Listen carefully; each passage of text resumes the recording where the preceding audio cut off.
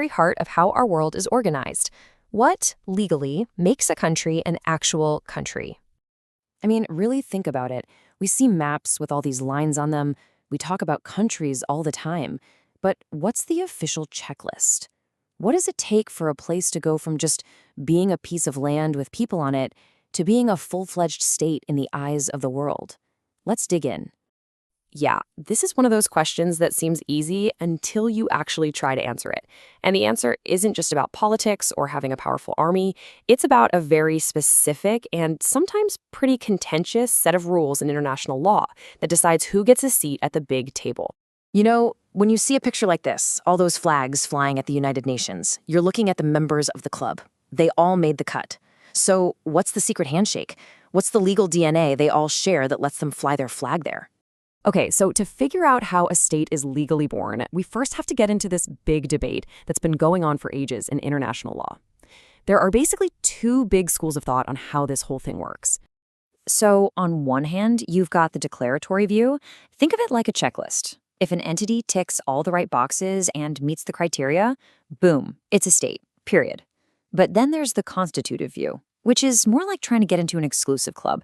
It argues that you're not really a state until the other members, the other existing countries, officially recognize you and let you in.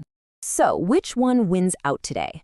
Well, for the most part, the world now runs on the declaratory view. The idea is that whether or not you're a country should be based on facts on the ground, not on a political popularity contest. And hey, this isn't just some vague idea. It's actually written down. Check out this line from the Montevideo Convention way back in 1933. It says, "The political existence of the state is independent of recognition by other states." I mean, it doesn't get much clearer than that, right? Your existence doesn't depend on getting a thumbs up from your neighbors. But, and this is a huge but, here's where reality kicks in. While you might not need recognition to legally exist, practically speaking, it's a massive deal. Imagine being a country that nobody wants to talk to. You can't make trade deals, you can't join the UN, you can't really do anything on the world stage. So you might exist on paper, but you'd be incredibly isolated. All right, so if we're going with that declaratory checklist approach, what's actually on the list? For that, we go right back to that key document, the Montevideo Convention, which spells out the 4 essential things you need. Here they are, the 4 magic ingredients for statehood. You need a permanent population, a defined territory, a government, and the capacity to deal with other countries. Sounds pretty straightforward, but trust me, the devil is in the details, and each one of these has its own fascinating little quirks. First up, a permanent population. I mean, this is kind of a no-brainer, right? You can't have a state without people living there. But the key word to focus on here is permanent. And what's really interesting here is what the law doesn't say. There's no minimum number of people required. You could have a tiny population and still qualify. But it does raise some tricky questions. For instance, it's still a big legal debate whether a territory inhabited only by nomadic tribes, people who are constantly on the move, would actually count as permanent. The law's a bit fuzzy on that. Next, you need a defined territory, your patch of land on the globe. But here's something that might surprise you. Your borders don't have to be perfectly drawn and 100% agreed upon. As long as you have a stable core area that everyone agrees is yours, it's actually okay to have some border disputes with your neighbors. A lot of countries do.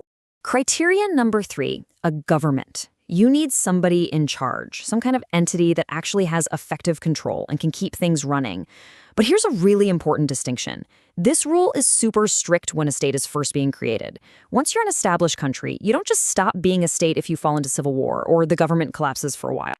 And finally, the 4th one, which is really all about sovereignty, the capacity to enter into relations with other states.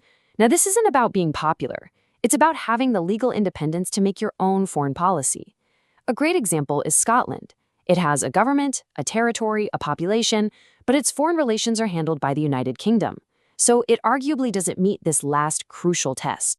Okay, so we've covered how a state is born, but states aren't static. They can grow and change. So that brings us to the next big question. How can a state legally get more land? Well, throughout history, there have been a few accepted ways. You can buy it. Nature can literally build it for you. You can claim land that nobody else owned, or you could just take it by force. As we're about to see, that last one is a big no-no these days. Cession is the most straightforward. It's basically a giant real estate deal between countries. The classic example everyone thinks of is when the United States bought Alaska from the Russian Empire. It was a simple, clean, legal transfer of property. Then you have accretion, which is pretty cool. That's when Mother Nature is your real estate agent. New land literally just appears, maybe from a volcano or a river depositing silt, and it automatically becomes part of your country. The island of Surtsey, which popped right out of the sea off the coast of Iceland in the 60s, is a perfect example. And this is a great illustration of how strict that rule is. The process has to be natural. You can't just hire a bunch of construction crews, build a new island out in the ocean, and call it new territory. So those amazing man-made islands, like the Palm Jumeirah in Dubai, impressive for sure, but they don't count as accretion under international law. This brings us to probably the single biggest shift in modern international law. For centuries, conquest was considered a legitimate way to get territory. You win a war, you get the land. But not anymore. Today, under the UN Charter, acquiring territory by force is absolutely illegal. It's just not a valid way to gain title. Okay, for our last section, let's get into an even more complex scenario. What happens when states themselves change? When they break up, merge together, or one is completely replaced by another? This whole area of law is called state succession. And it breaks down into a few key categories. You can have a successor state, which is a brand new country that breaks away, like South Sudan did from Sudan. Then there's a continuator state, which is when one state is seen as the legal heir of a previous one, like how Russia inherited the Soviet Union's UN seat. And then you have newly independent states, which often get a clean slate free from the old treaties of their former colonial rulers. And that leaves us with one final, really tough question to think about. We've learned that a country doesn't just stop being a country because its government collapses. But maybe it should?